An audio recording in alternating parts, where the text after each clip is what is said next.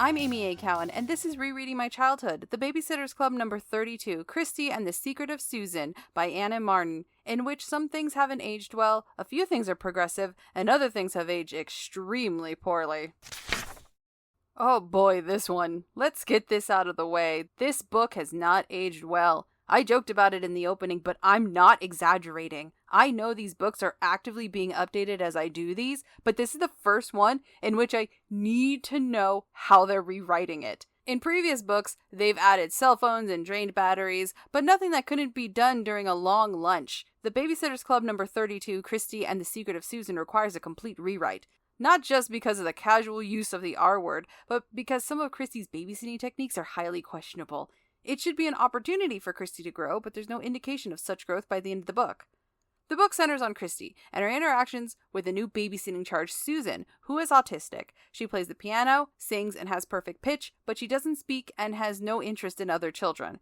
This is a huge problem for Kristy, as Kristy thinks Susan should interact with others regardless of her feelings. It's uncomfortable to read, and unfortunately, spoiler alert, Kristy does not learn how to back off. The only thing Kristy learns is that maybe a mother might know her kid better than the 13-year-old babysitter. That is a good lesson to learn, but there's another lesson to learn about not forcing kids to do things. But I guess it's not fair to completely gloss over the attempt of progressiveness. The book was published in 1990. I was 4. George H.W. Bush was president. And a controversial little show called The Simpsons was in its second season and about to do a Halloween special for the first time. Things were different. Mariska Hargitay wasn't on TV expounding on autism statistics, and your father wasn't questioning those statistics because then he'd be considered autistic. This was a man who had a trash can rotation and schedule. Anna Martin included a Dear Reader letter in the 1996 reprint, in which she discusses her experience working with autistic children, and that's why she wanted to include an autistic babysitting charge.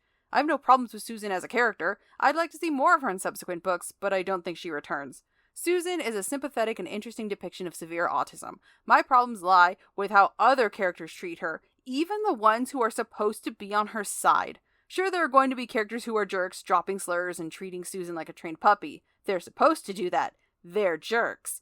But when characters we know and love, i.e. Kristy, say slurs and refuse to understand Susan, that's when it doesn't age well. This book is ripe for a rewrite, though, because autism hasn't gone away, and the Babysitter's Club is a good medium to introduce kids to topics in an age-appropriate way. I like that this book exists, and it should exist, but it needs a boatload of tweaking. Boats like the ones that carried the Hobarts across the Pacific. The B-plot involves a new family moving from Australia.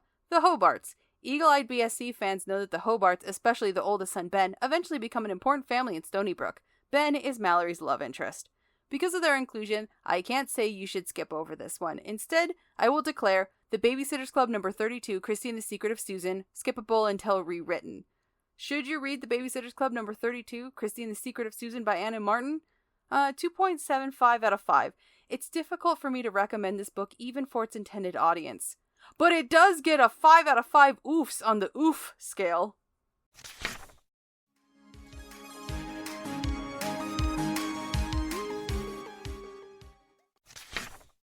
It's not long into the book before Mrs. Felder calls the BSC and Kristy is on her way to meet the autistic child. Claudia is the first to drop the R word, and pretty casually, I might add. Usually I would dismiss this as an unfortunate aspect of the 80s, but later Kristy admonishes a child for using the word. So even in the backwards late 80s, it's a pejorative. What's the bar here, Martin? Is it okay for Claudia and later Kristy, and in a different book Mallory, to say it because they're main characters, but side characters can't? I have no answers. So Kristy ventures to the Felder's house to meet Susan before officially accepting the job. Kristy asks what caused Susan's autism. Mrs. Felder doesn't have an answer, but in times like these she should turn to our government because the answer is vaccines. You knew that joke was coming, right? Please tell me you're not surprised. You cannot think I wasn't going to make that joke. That's the tone of these reviews. Anyway, Mrs. Felder needs someone to watch Susan as she transitions to another school, one that focuses on music.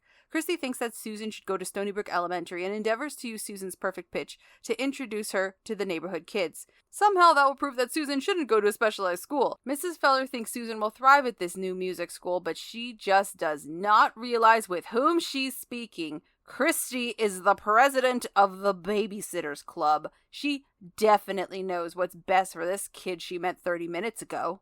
Meanwhile, the Hobarts are moving into town. They're Australian, so that means Crocodile Dundee references.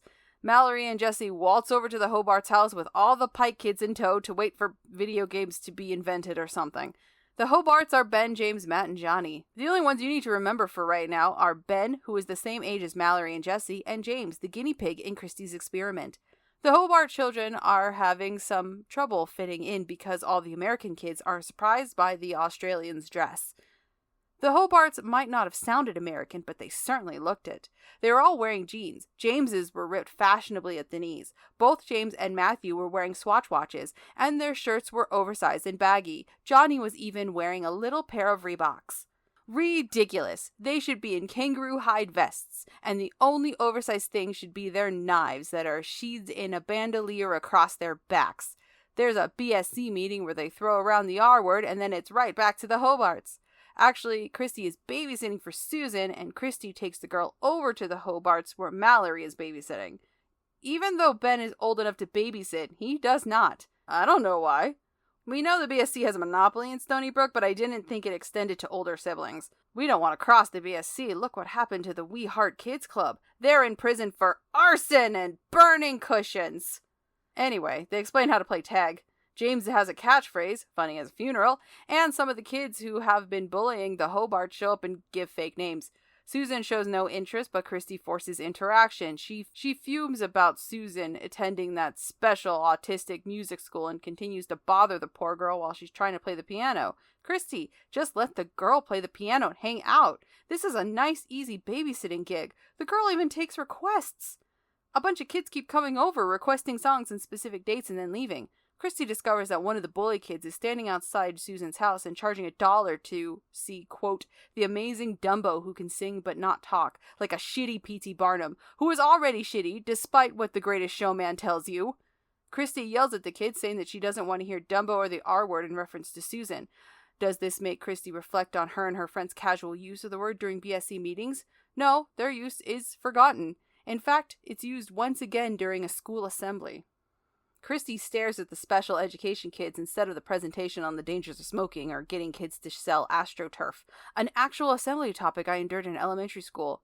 You could win a bank shaped like a Tootsie Roll that might have $50 in it if you sell enough. She thinks that since those kids attend a normal school where a random club president stares at them, then Susan should be able to attend the same school. The R word is once again thrown around. The next day, Kristy schleps Susan over to the Hobarts again.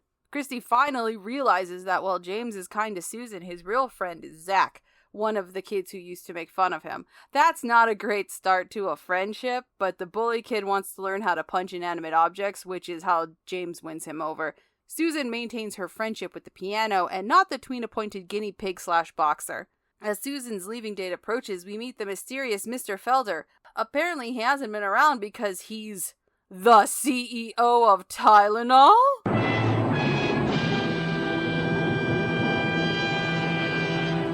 Not really. He has a second family. And speaking of second families, Mrs. Felder is expecting a baby. They're going to name the kid Hope, as in, we hope this one is normal. That's not what the book says, but that's the vibe I got. Kristy says goodbye, James says goodbye, and we never see the Felders again. Kristy is still salty at the end of the book, so she learned nothing. Kristy says that she wants to work with kids like Susan, but throughout the book she never works with Susan. She seems to work at her, if that's a thing.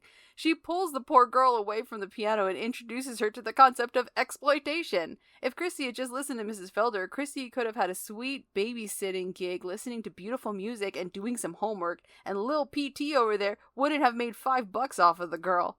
And Kristy never, for even a second, thinks, maybe I was wrong about Susan. I should rethink my vocabulary as well as my approach to kids with autism. Instead, Kristy is choosing to pervade more lives with her bad ideas as she gets older. Again, this one is relatively skippable. The Hobarts are here, and that's all we need to know for future books. There are no more nonverbal kids in Stony Brook. The special education students are relegated to their classroom and forgotten, and by legal decree, kids who are different are forced into something more palatable. Ah, the future that conservatives want. Although if someone wants to let me know how they update this one, I would appreciate it. Its release is this month. See? I can be timely. Every few years. Kinda.